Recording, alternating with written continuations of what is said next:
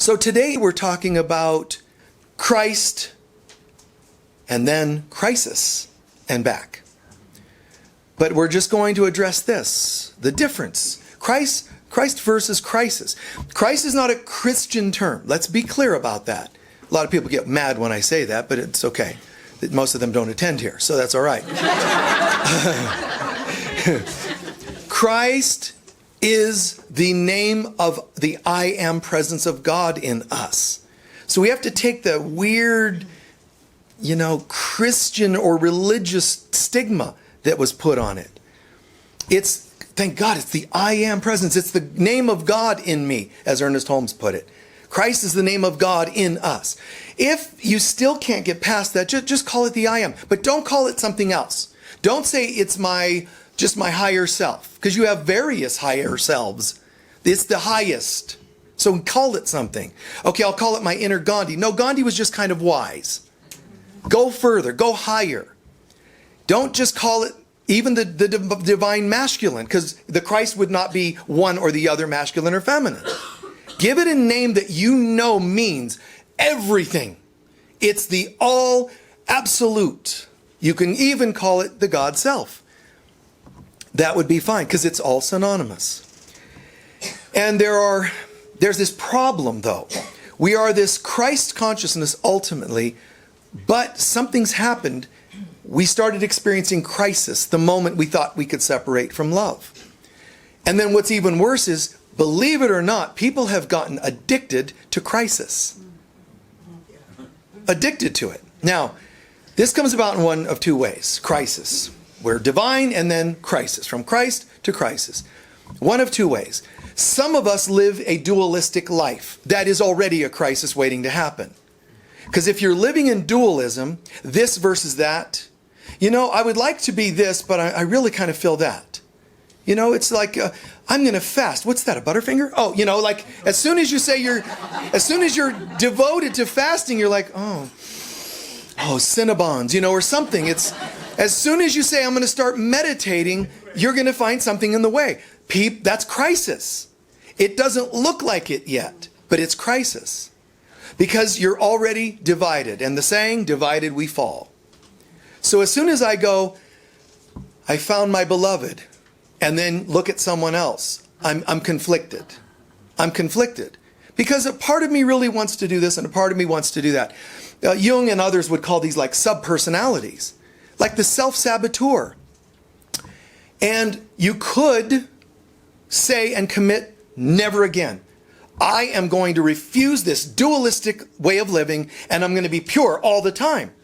And you can do it. It takes lifetimes. And a lot of stringent hand slapping on yourself. I will not think that. I will not do that. So then people do the opposite, of course, total licentiousness, just kind of taking off and no boundaries. And that's not what we're looking to do.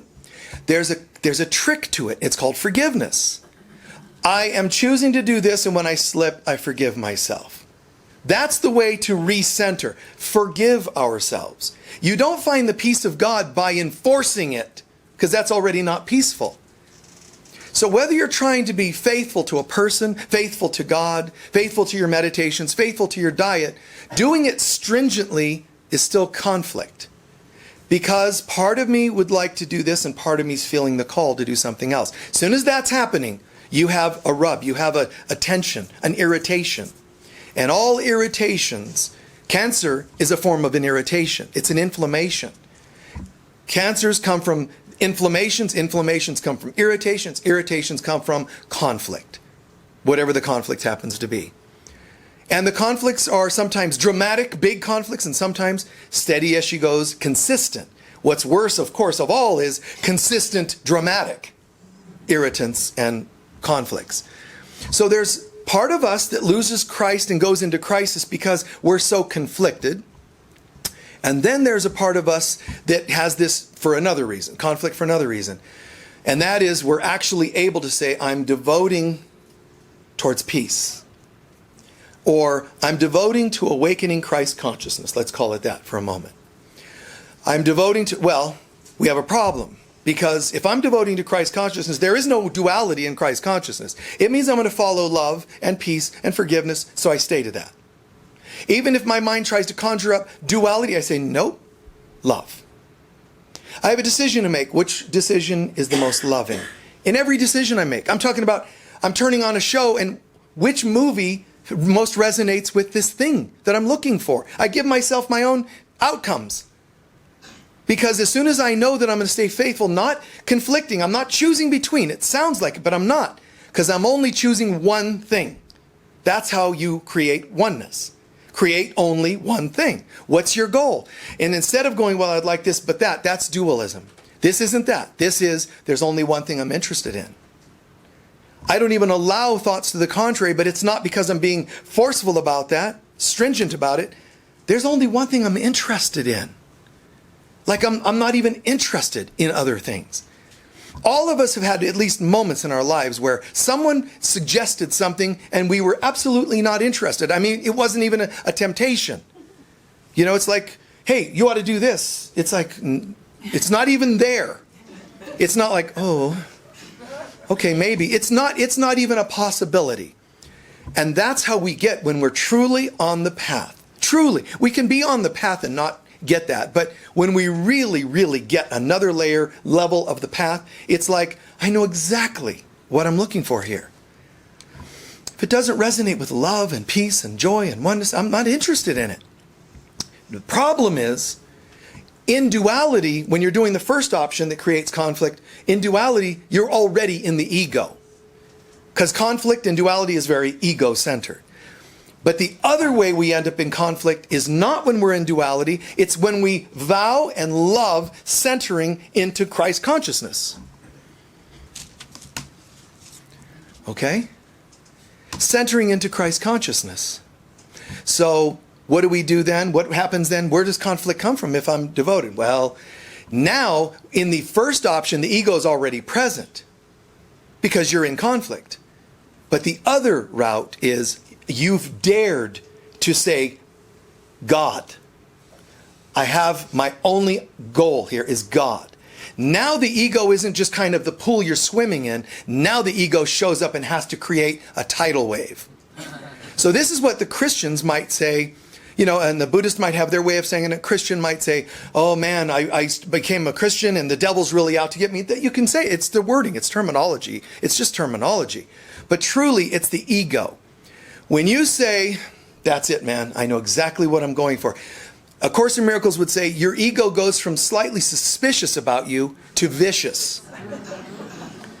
So call it anything you want. Your lower self, your ego, your addictive self, but it will happen. As soon as you say, I'm going here, it starts to wake up and say, how dare you? Now, sort of as an aside, one wise thing to do when you decide to devote to divinity, not just to, I would like to become wiser. I would like to become more, casual, like peaceful, a little calmer. Those are great goals. When you say, God or bust, I'm going for it, a whole new level of ego shows up.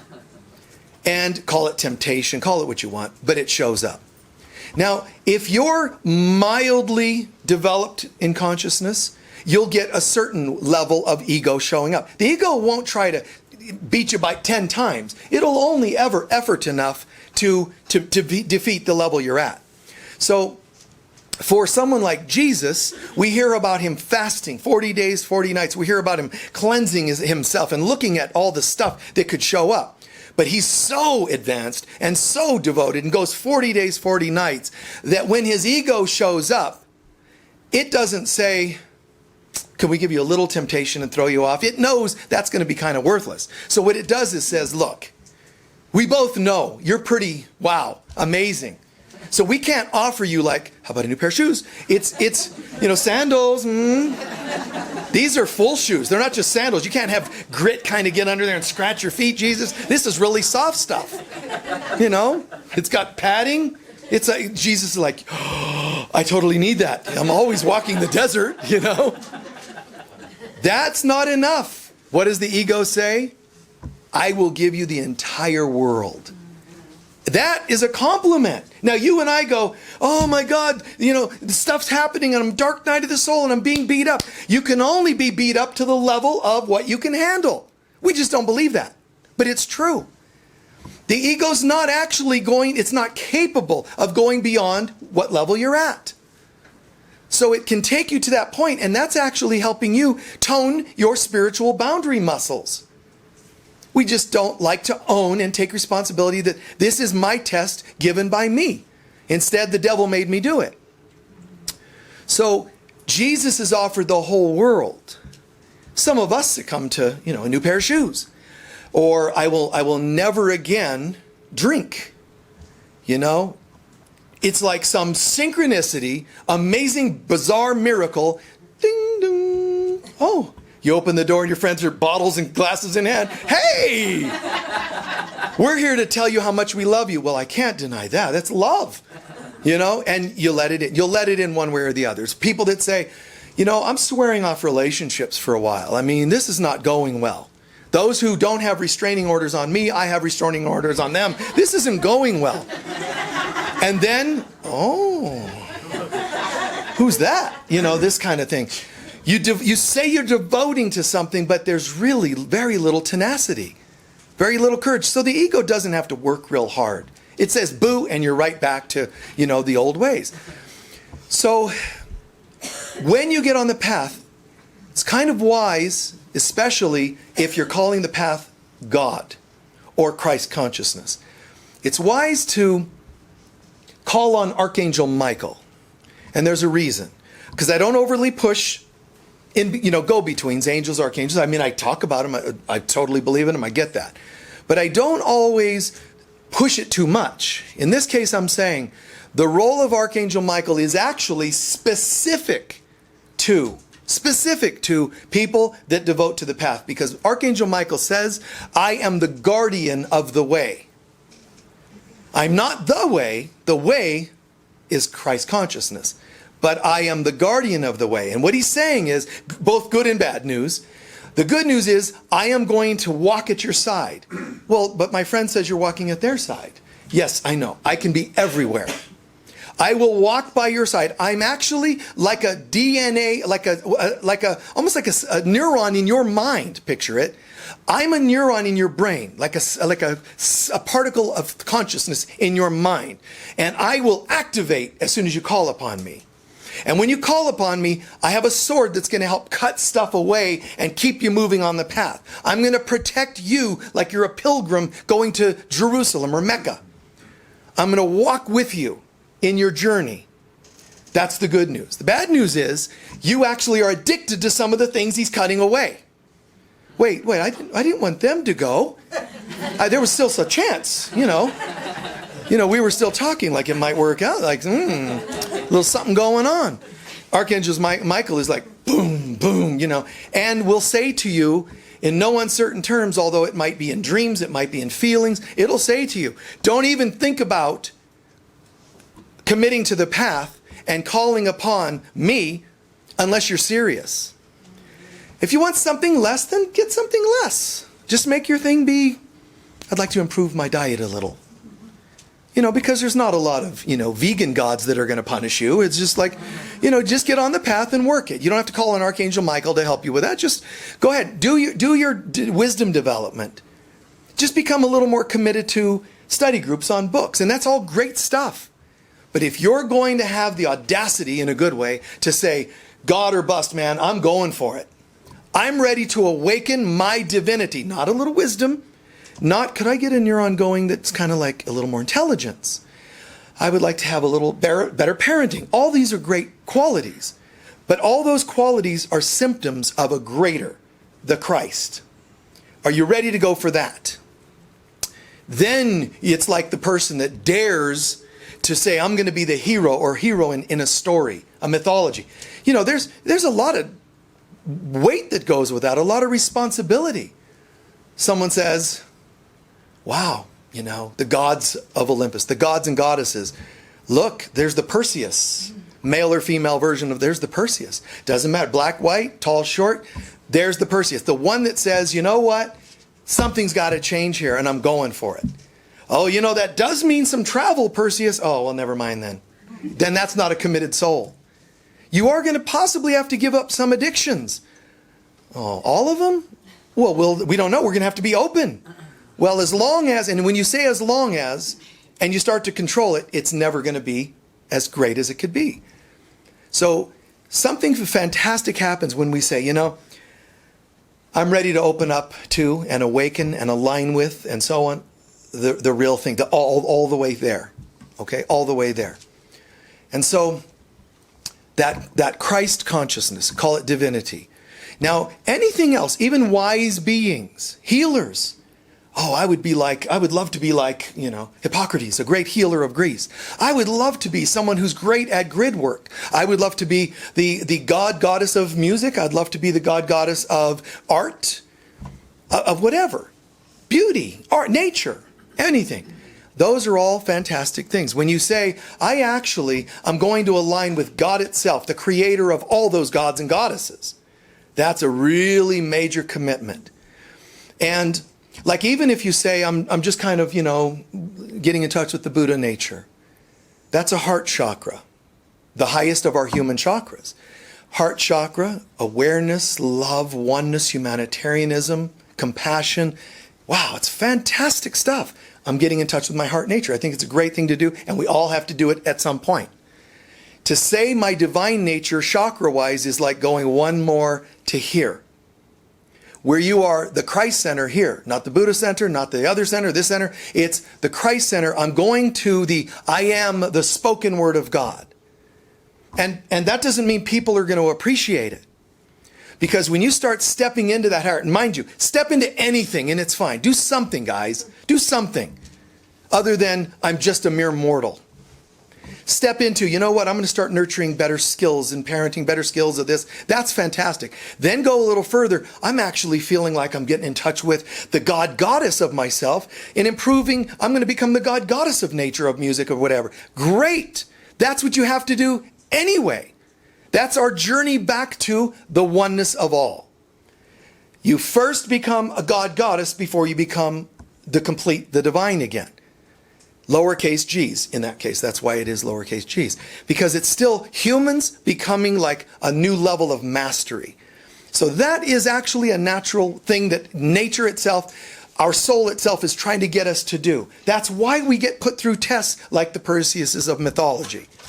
We're going through tests to refine ourselves. But most people approach tests like, guess what's happening to me? Like it's an external thing given by an external source, an ex, a partner, a friend, gods out there.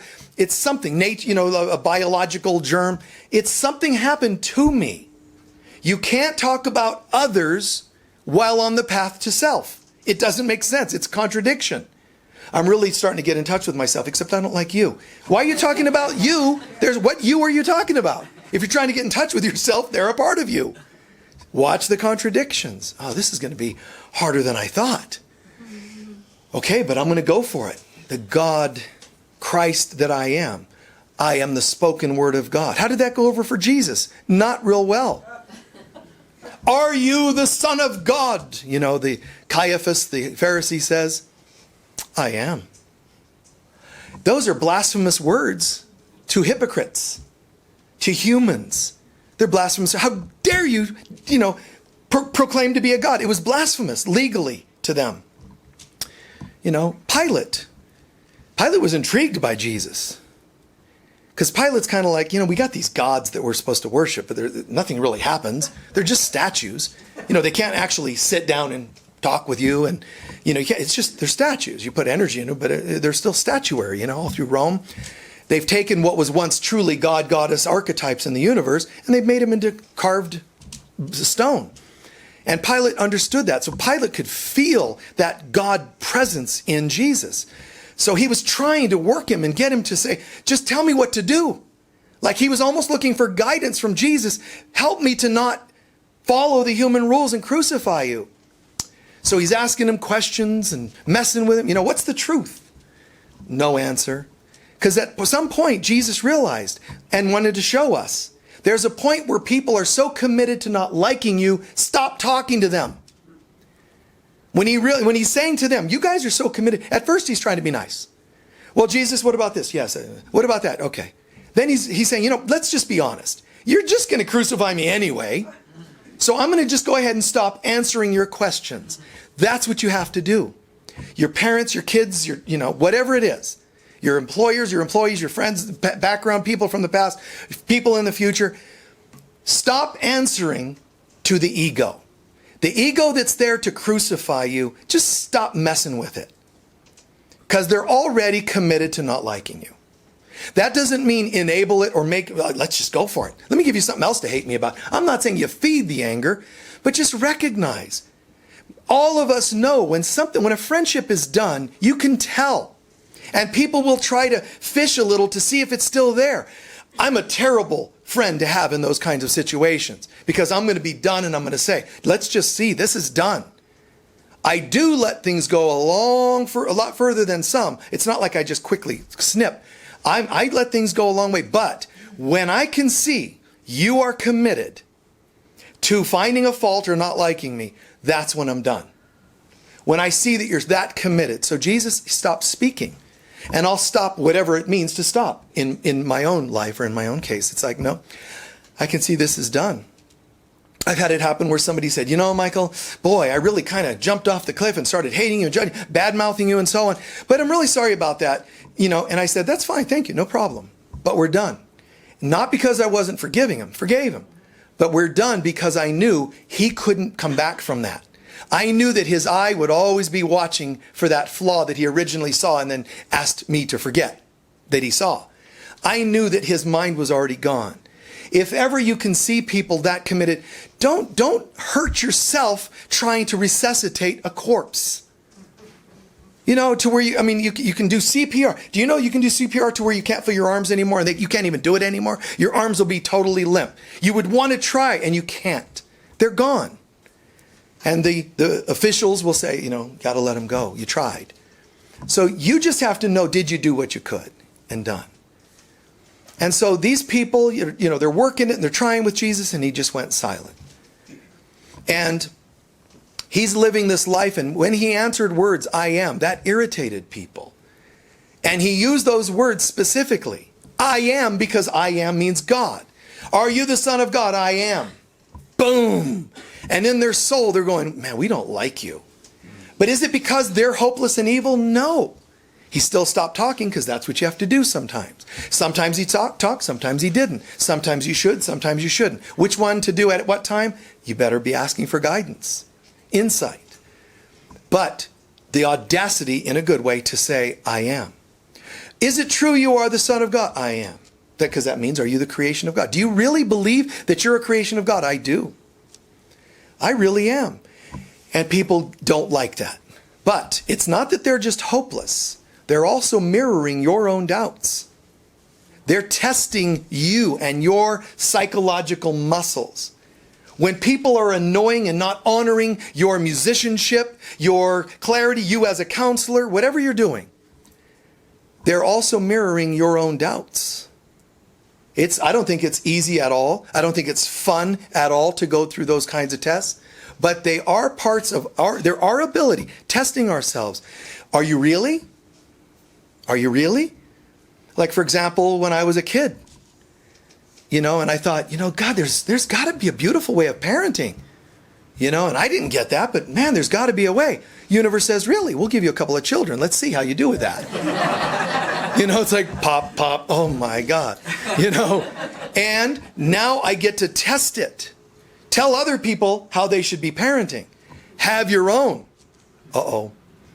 And can you do it? And I really did. I stepped up as best I could to really live that kind of life. Really bringing all that I speak and preach and teach to that level. But that was not an accident. That was the universe saying, can you bring it all to this level? So we go through these tests. There's an equation you've heard of. E equals mc squared. And then people get all kind of, it's all scientific and, what does it mean? And it basically means energy. E equals mc. Energy is really, now remember, energy is a thing. It's not the absolute. God is not energy like people think it is. Only in the measurable universe do you have measurable things like energy and vibration. God is immeasurable. It's gone. It's just, it's God. It's an absolute. So energy, E equals mc squared, is energy equals mass that's vibrating at the speed of light. I'm just being simplistic about it. So energy is this mass that's at the speed of. What this also means then is that when mass slows down, it's an energy that had to slow down enough to see it as mass. But it also means if mass vibrates high enough, it's energy. So when you're talking about dealing with crisis, this is interesting, because the more dense a crisis seems to be, the more dense it is, the more powerful and dense, the more the perceiver has to have lowered the vibration at a mass level to see the mass. If we could see challenges in crisis from the consciousness of energy, you would see it from a higher place. So see things from the Christ self, and the mass, oh, look at that, starts to raise its vibration, and it becomes energy that you can walk through. Not a wall, a disease you can't heal, a problem you can't fix, and so on and so on. Everything just raises vibration. This is so applicable that even when you're talking to two people that are in crisis, it's what it is even though they're just talking, it's not dense mass. Having a conversation of conflict is still a density compared to an energy.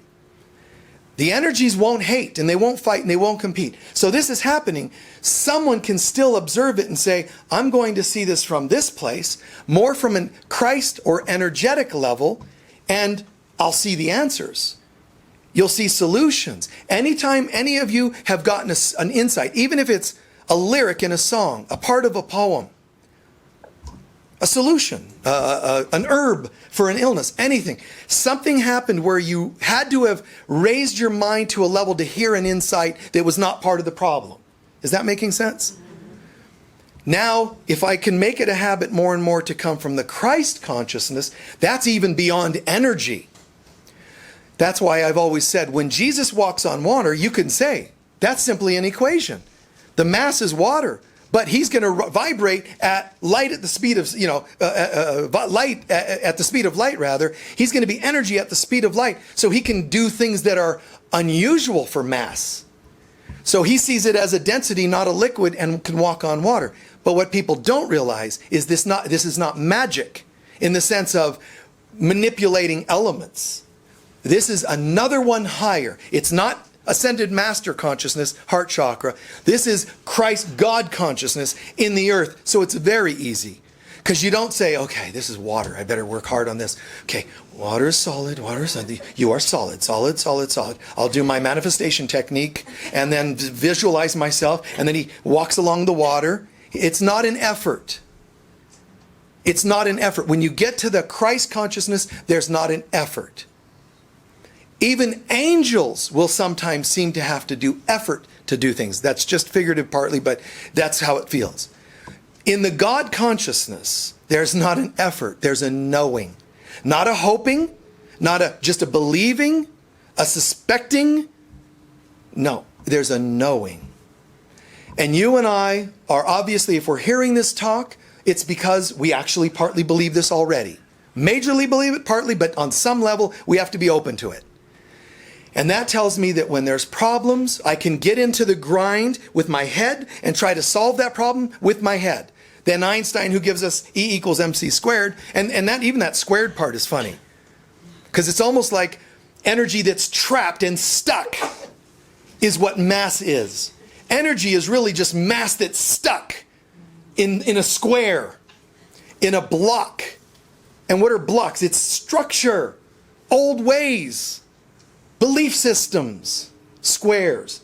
Like the saying in the 60s, man, you're a square. That just means, man, you were energy, but you're acting really squared. You know, you're really being limited and stuck right now. Go with the flow. But there's the three levels. There's the mass, there's the energy, and then there's God. And God is not brought into the equation. Really, it isn't. You can say what the speed of light is the closest mankind could know to what God is. And that's why Einstein said, I believe I'm close, very close to proving there's a God. Mathematically. That's pretty cool. But you can't actually prove it mathematically. You can only give the theory mathematically. And it's still going to be something people would contemplate with their heads, their brains, and their minds to a degree. It's something beyond mass and then beyond energy at the speed of light. Okay? There is the pure light, not the speed of light. The speed of light is still a measurement of something. It's the something beyond, and that's God. So when we learn to say, not even just to, okay, Michael said use the Christ, so I'm going to sit here and make my Christ self perceive the situation. You're still there. The best thing is ask the Mother. Ask the Holy Spirit. Don't make yourself be divine. Just call on the divine that already remembers and knows your divinity, and you'll be anointed. Then you'll have your insights, the awarenesses. You know, it's like, wow, I don't even have to actually try. I only need to commit to going there and calling upon the power that gets me there. And that's not the same as the old superstition begging God for things as though God's outside. But it is the humility of saying, me that thinks I'm talking, like in many Buddhist exercises, you're trying to strip away every layer of the you that thinks you're thinking. So this quickens that instead of exercise, technique after technique, exercise after exercise, to keep peeling away the me that thinks it thinks and says, you know what? Never mind. Let's just go to the me that remembers who I really am. And it's the Mother that does that. It's the Mother that says, thank you, sweetheart. I helped birth you in the first place. You reinvented yourself, became all kinds of weirdness. And now you're allowing me to birth you back to what I birthed you in the first place. And that's what it means to be born again. Letting the Mother, the Divine Mother, birth the real self. I call it the Divine Mother, and I'm very happy with that term. But other people have another term for it. It could be Shekinah, or it can be the Holy Spirit. Not the one the church made up, the version. They forgot that it's a she, and they forgot it's a divine essence. It's the Mother, and she loves us. Other than, rather than the Holy Spirit's, going to get you kind of thing. What's she going to get? She's my mother. Well, where you've been, she doesn't love you anymore. Who's telling me that? Get behind me, Satan. She told me I have a face that only a mother could love. Metaphorically meaning I've been places and done things, wow, that I could be tempted to think I'm lesser. Lifetimes or whatever we've done. She cannot actually see any of that. It's impossible for the divine to see the undivine. What she does know is that you're hurting and she wants you home. And that's all it's about. She only can feel, not see with eyes. She can only feel, honey, what's going on with you? Guilt, shame, guilt, shame, guilt, shame. Would you like some help with that? No, thanks. Okay. And she just waits. And there's a point where we all have a pain tolerance and we say, I need some help. That could be the form of, I can't believe it, I'm going through a legal battle, divorce, or someone's done such and such to me, or my body, I can't believe I'm sick, or whatever the case may be. Those are the symptoms. The bottom line is, I have forgotten who I am, because if I totally knew who I was, everything else would fall away. Like in the great sci-fi and mythology movies, Highlander, light starts glowing and all the other stuff falls away and you're like, that's what happens. That's what happens. You start glowing of the real self. Now, when that happens, depending on how much I really got it and how much I'm really committed to this process, layers fall away. But layers could fall away. Maybe it's 30% of my layers. That's amazing. But I still notice that a week later, I still have some little bit of addictions and some little stuff going on. Don't condemn yourself for that. Don't shame the enlightenment experience you had. Don't say, I thought I had it, but it's okay. Just see it as there it was, and I keep welcoming more of it. The fact that I even had it ever once in any lifetime, in even the beginning of time, I was a divine being. I still have the right to remember that divinity. We can't actually lose who we are. We can only lose our choice to see it, to think it, to feel it, to own it. And all the people that seem annoying in our lives, all they are is manifested temptations for us to forget who we are. Yes, they feel inconvenient. Yes, they feel annoying. But we have to ask ourselves, and why did you succumb to it? If you think they're so out of line, why are you fighting with them about it? It's okay.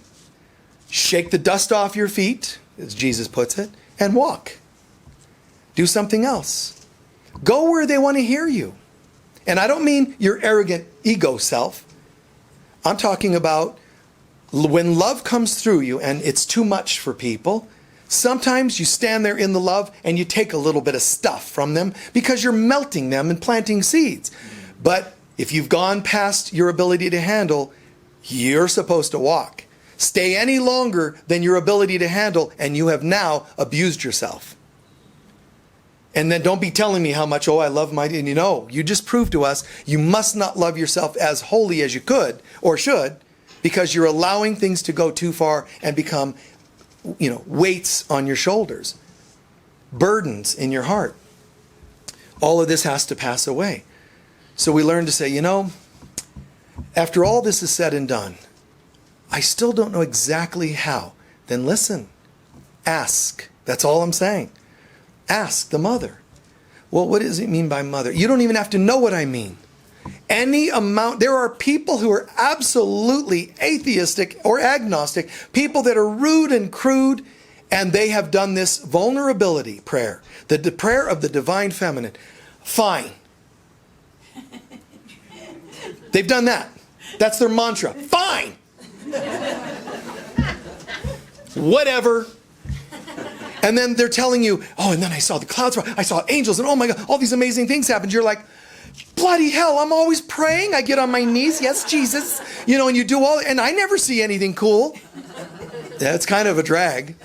It's kind of unfair. They won the lottery after doing whatever prayer. And you're like, Om Mani Padme prosperity, Om Mani prosperity, and you do the chant and you go, and 7-Eleven people are looking at you like, dude, what's up with you? I think he has a tick or something because he's just repeating these words as he's buying the tickets and scratching, and you win nothing. You win nothing.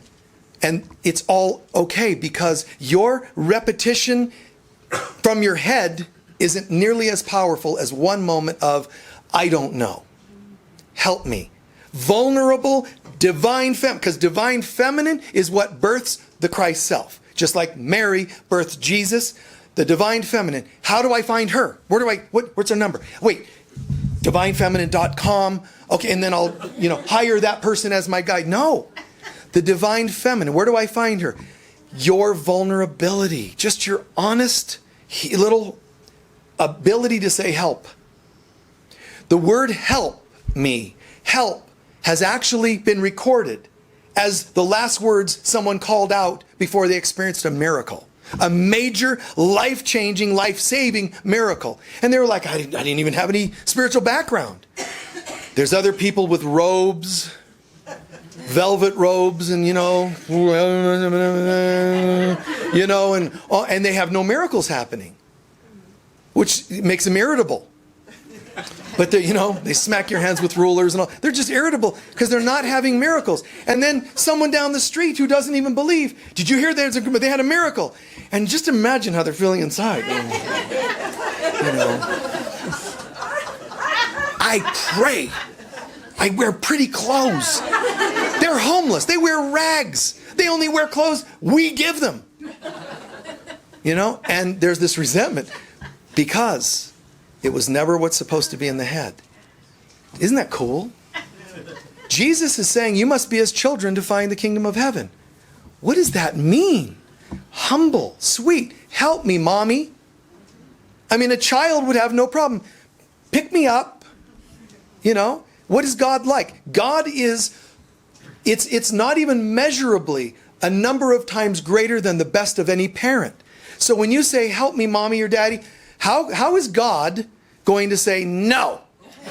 Even an average parent wouldn't do that. This is God. So besides all the thinking and all the cool things we do, never forget the simplicity on how to get home. Set your course for home. And to do so, help me. Here I am. How many times do you do it? Every day. It should be not just a prayer, it should be your attitude. There's moments I could be doing just even something mundane. Whatever it is. I'm going to put bulbs on a tree. I still will remind myself, hey, why don't we just ask? Help me. You see, it's just put it out there. Nice, humble, but the last shall be first. That humility isn't the same as religion taught us. Humble, meek, because I'm really quite unworthy. No, It's humble. When you're humble in a real sense, you're bowing your ego so that you can rise into the I am. But you can't birth the Christ I am without the humble mother help me. Got to have that childlike mommy help. It's so beautiful and so simple and so natural if you think about what it means to be as children. I am the way. I am is the way. I am the truth. I am is the truth. The I am is what we should all be going for. You can always settle. I'm saying that's no problem. I think it's wonderful to become wiser, more intelligent, a better this, a better that. But everyone at some point is going to realize, why anything less than everything? Why do I want to just be a nicer male or female? What about both? What about as within, so without? When you see me, you see the Father, as Jesus puts it. Meaning, you see God. Sounds arrogant, but in fact it's, well, no, it would actually be arrogant to think that I'm anything but what God created me to be. I mean, I've been there, certainly. No, it's, and every day can wrestle with that humility. You want to lay low, you want to be humble, but I'm not saying you're grandiose. That's an ego-based grandness, but there's also a false humility. I really don't deserve, and So those moments when we run into that, you have a question to ask yourself. Who am I as God created me? Not look what I've become, but who am I really? Bow the ego self. Bow the one that makes up stories about how great you are or how terrible you are. Bow those and then rise and say, you show me. And when you rise, you show me there's always something beautiful. And that's where we get the symbolism of Christmas. The tree, and the tree is myself. It's my Kabbalistic tree. I'm the tree of life. I am the tree. I can be the tree of knowledge of good and evil, meaning egotistic, or I can be the tree of life, meaning awake. I get to choose. Then the Christmas tree, what do we put under it? Presents. Oh, isn't that cool? You get presents. Well, no, it's the presence of God, not presence. It's the presence, capital P, and spelled differently. The presence of God. Wow. So in my Christ Mass meaning my ceremony of awakening my Christ self, with it comes gifts. If I choose to awaken my I am presence, oh my God, I'm a better parent, I'm a better this, I'm a better that. It just makes total sense. Who's going to be, finding nothing under the tree other than the Grinch, the ego, that is afraid and hurt and pouting and wanting to take everybody's gifts away? Nobody can be happy. It's like strange. Instead, why not treat yourselves, why not all of us treat ourselves the way we would if we were given the care of a child that we loved? Sweetheart, what would you like for Christmas? Does it ever say, can I have toys that are like a bummer? No. It's, I would like things that make me get excited. Not excited like in an ego stimulus way. Things that make me happy. It's a symptom. It's a symbol. So let's bring things that make us happy. No longer relationships that just oppress us, wear us down. And then people, counseling as much as I do, there's people, but it just takes so long to find those. That's fine. That's fine. Then settle. And we'll be having counseling sessions about that. I went to a website, terriblehookups.com, and I was surprised that it didn't work out. But that's what you're putting out there for. So what do you really want to have? I want to have really beautiful, okay, then become what you said you want. Show integrity. Show love and sensuality. Show peacefulness. Show spirituality. Is that what you want from others? You have to be that because they can sense it in you. But harmful people can sense victims. Why do I keep finding narcissists? Well, look in the mirror and you'll see the sign. Narcissist wanted. You don't believe that. Not me. Because every day I meditate with amethyst on my... That can't be there. If you haven't healed the patterns, like dad was a narcissist, mom went for a narcissist, dad went to a narcissist, my first partner, my unhealed wounds, my first girlfriend, boyfriend, were narcissists. If you haven't healed those, what would make you think it's gone? It's a sign outside of a store. And you pull up and, wait, Why would there be a different store? It still tells you it's a Chevron station or it's a crystal store or whatever. You don't pull up one expecting the other. The sign tells you. People tell you vibrationally where they're at. Take your time and grow relationships. And that way you'll get a more mature one. You can't just, I've said this many times, you can't just go out to the parking lot and take a tree out of its pot and sit it on the pavement and say, we have a tree. You do not. It can't take root. It's going to die. And you're going to be surprised. That's your relationship.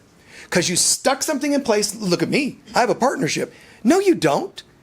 Yes, I do. I stuck it right there in the middle of the parking lot. It'll be dead soon, and you're going to wonder why.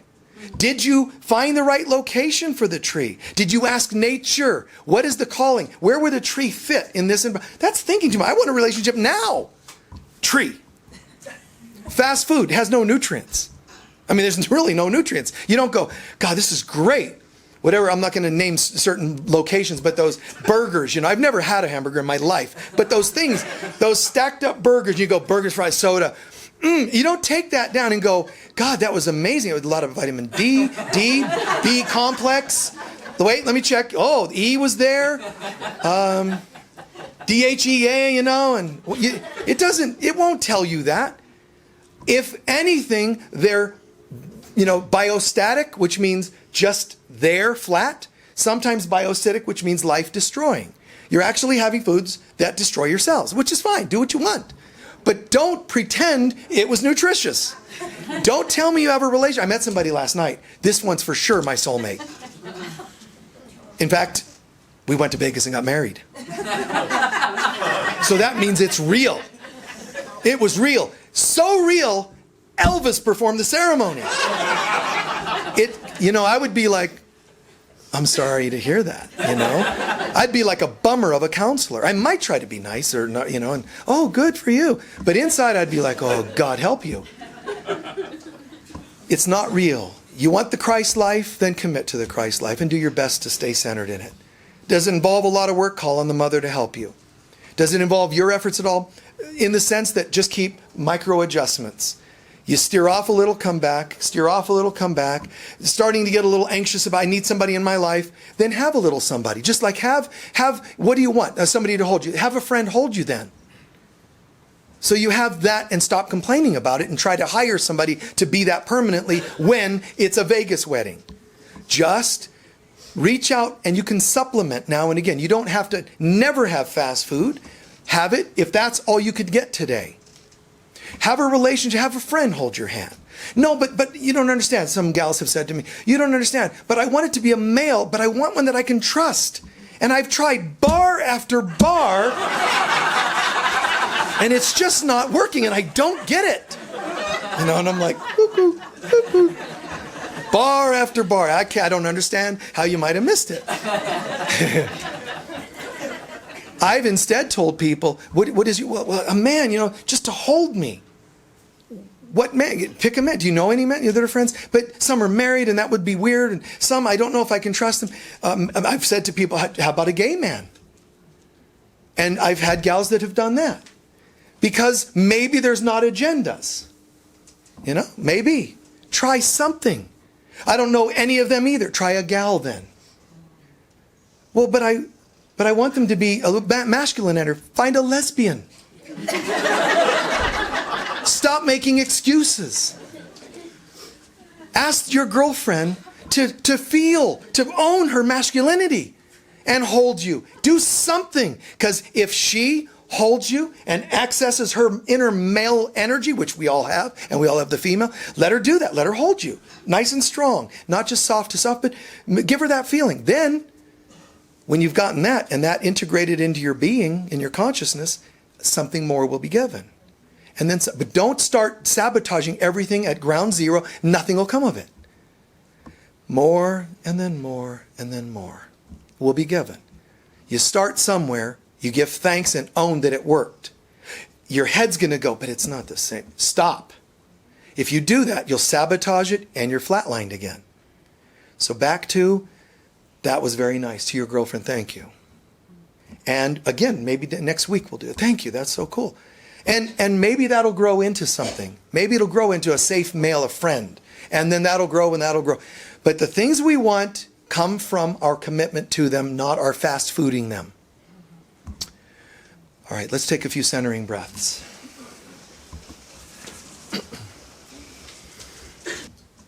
Setting aside all stuff of life and of the world.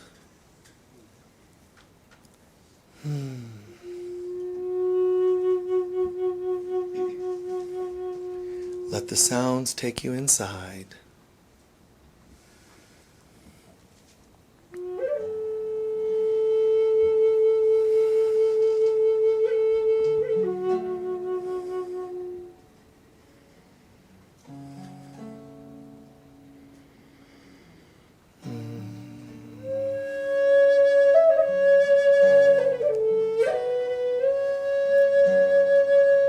Father, Mother, God, we feel the call to step forward to a new level of consciousness.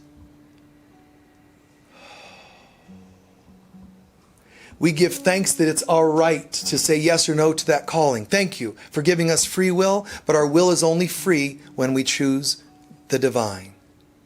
So we choose you now.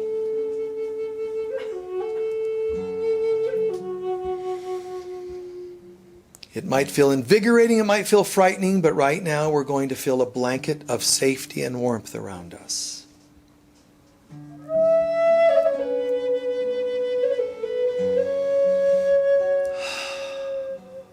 A blanket.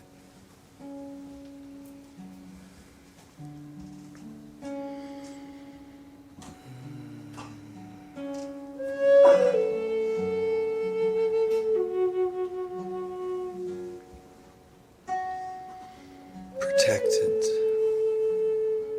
the mother, safe, whole, at peace.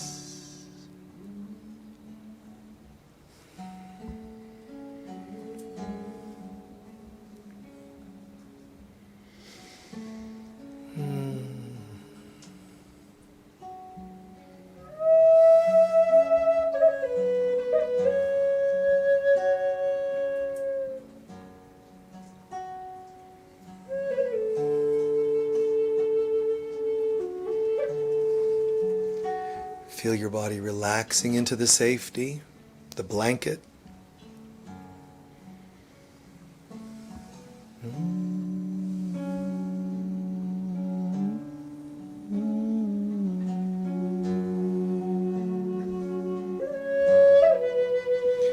Feel your body swaying slightly, safe.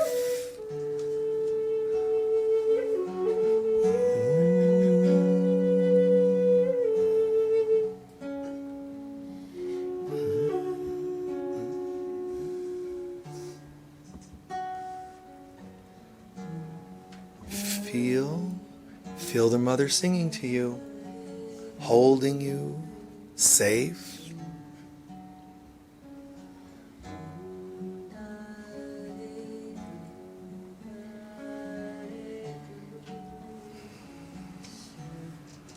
No male, no female in us.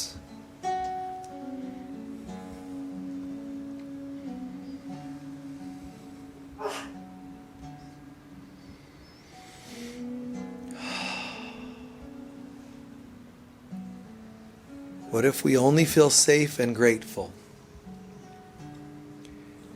Hear her singing lullabies.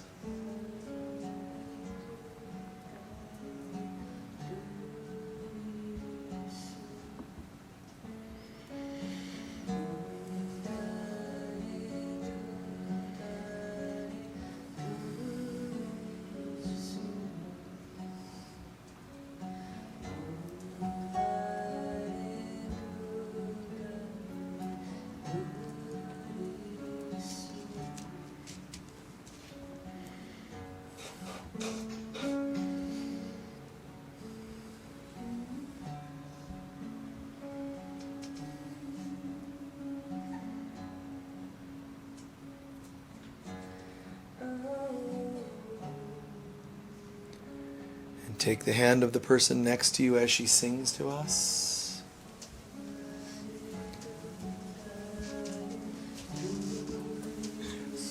What's it like if you're the presence of the mother now? Let it download as a hand holding. Folks online, hold the hands of people with you or your own hands. Your own arms.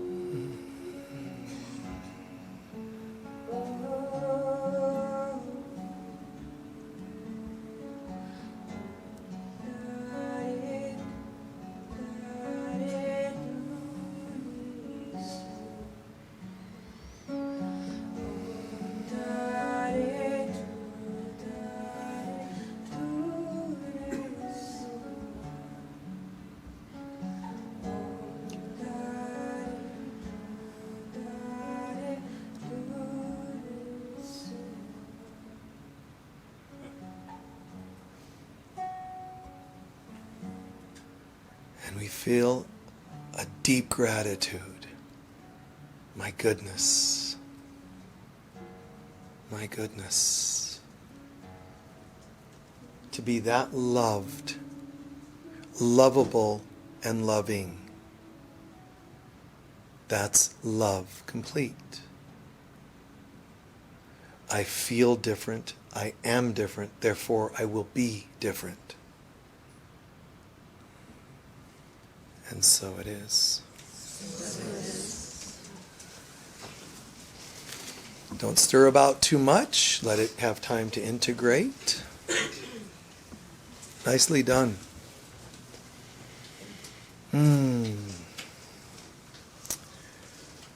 Perfect. Beautiful.